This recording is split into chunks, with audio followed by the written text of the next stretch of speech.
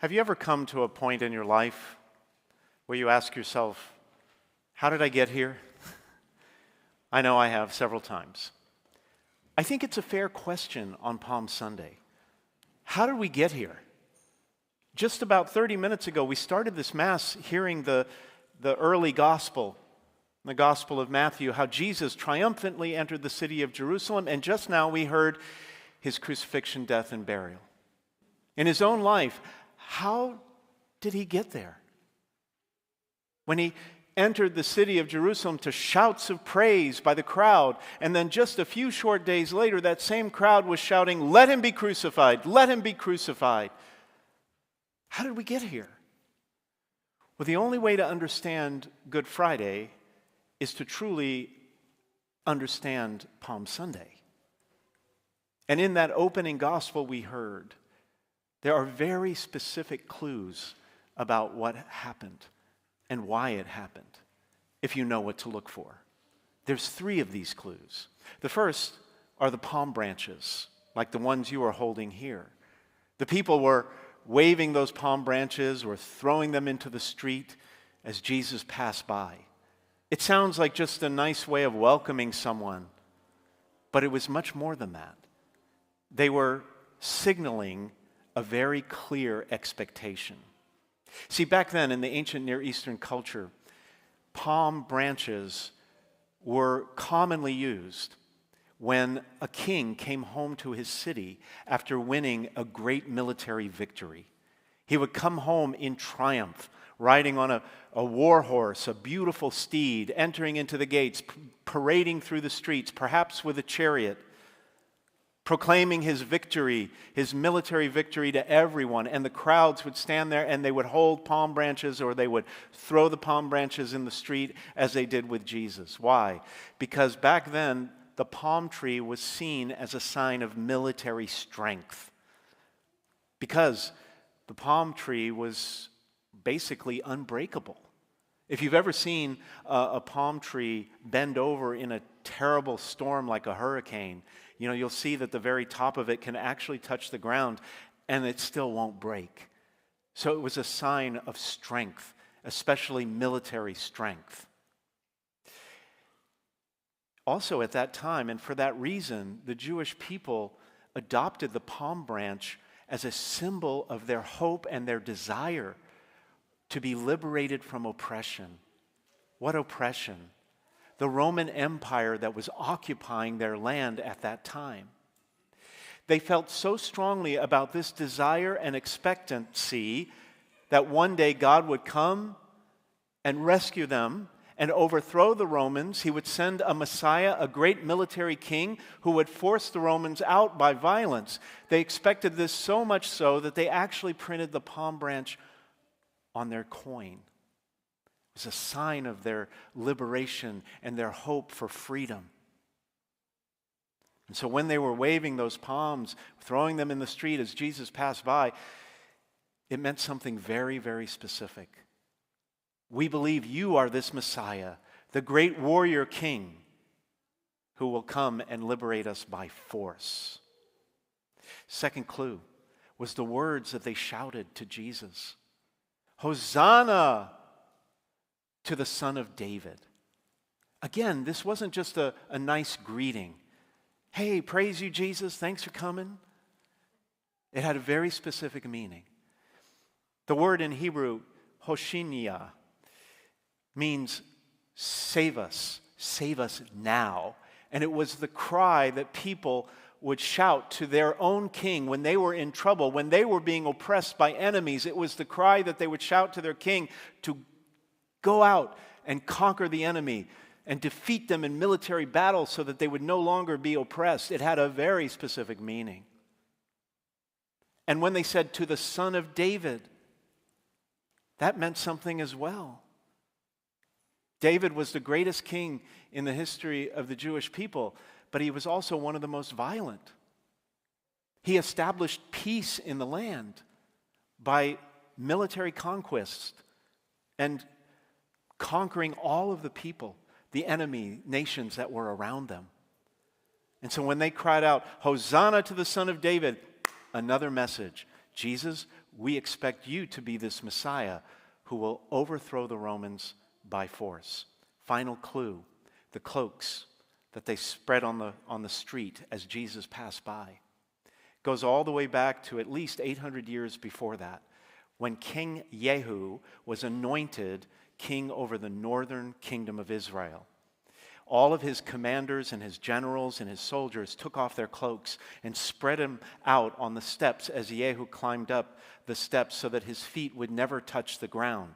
Now back then, a man's cloak was very valuable, so much so that it could be used as collateral for a debt. It also kept you warm at night. And it was had religious symbolism, so it meant a lot. And when those men threw their cloaks down for King Jehu to pass by on, they were saying something very specific there too.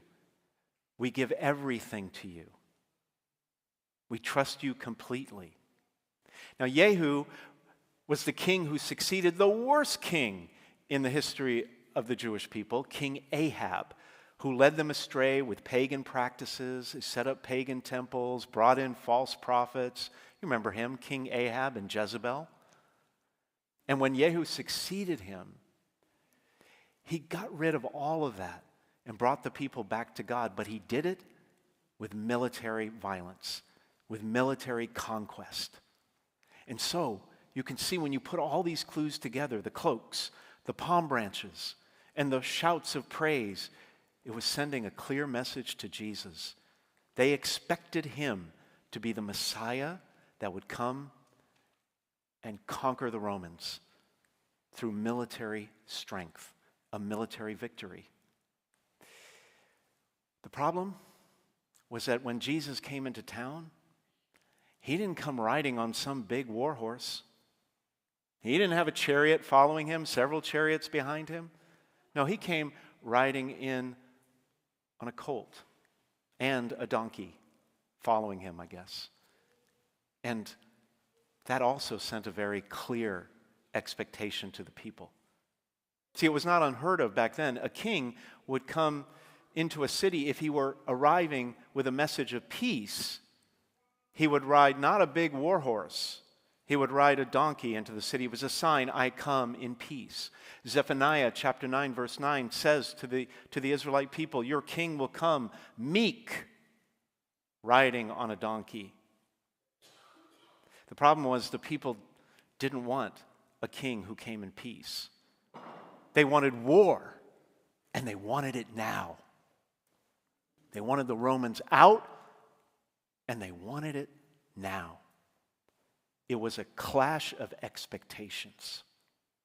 And it's not as if Jesus couldn't have given them what they wanted. You heard in the gospel how he said, do you not think that I could call upon my Father in heaven, and he would send 12 legions of angels? Of course, Jesus could have overthrown the Romans by force. The problem was that wasn't that they expected too much of Jesus, like he couldn't deliver on it. The problem was they expected too little. Because what they didn't know, what they could never have known, was that Jesus had come to wage a war. The greatest war in history.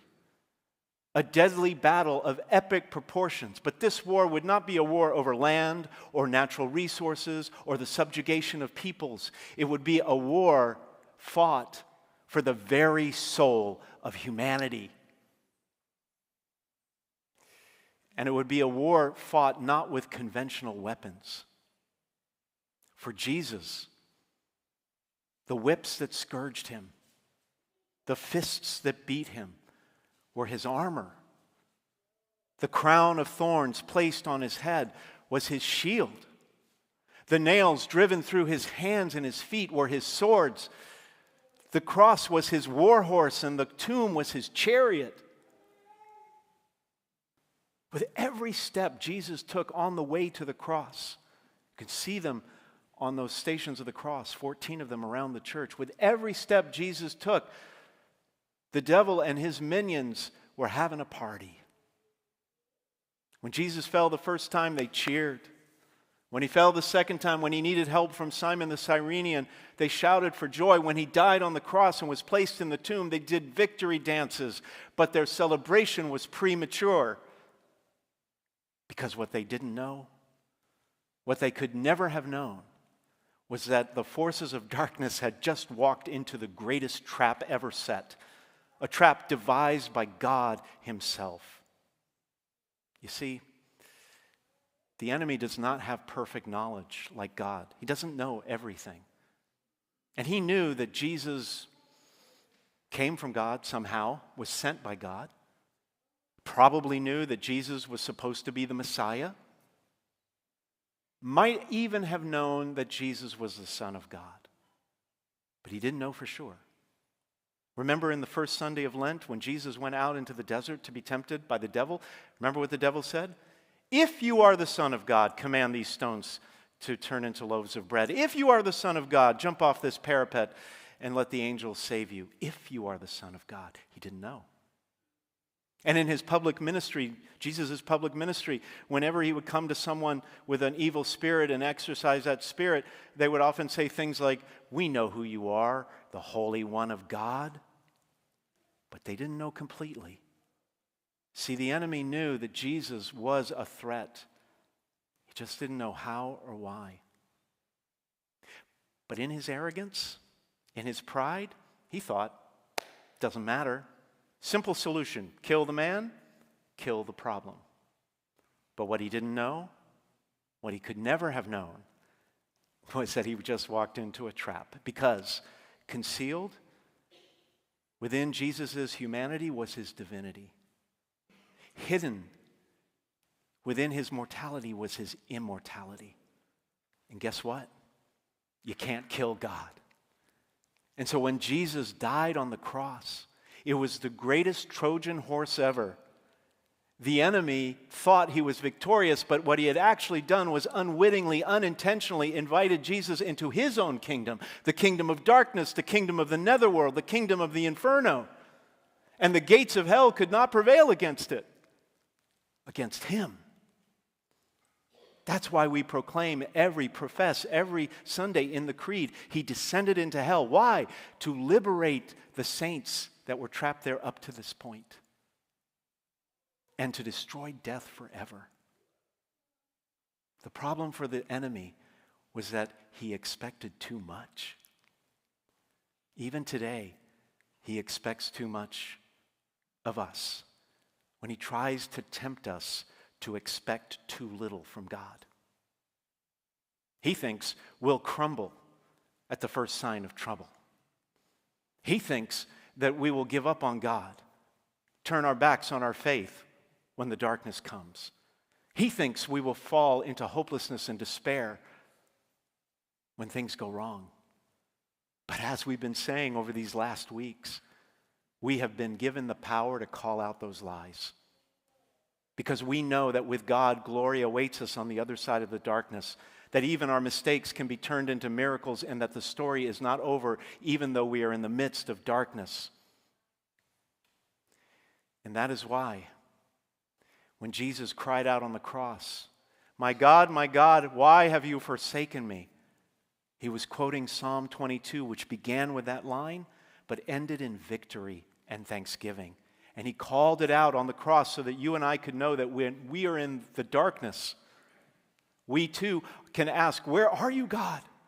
Why have you abandoned us? But also know that there is victory at the end, just as there was for Christ. And when that veil in the temple split from top to bottom, it was to show us that even in the deepest darkness of our lives, we now have direct access to God. No more separation, no more isolation. We can go right to him and know that he is with us in our pain.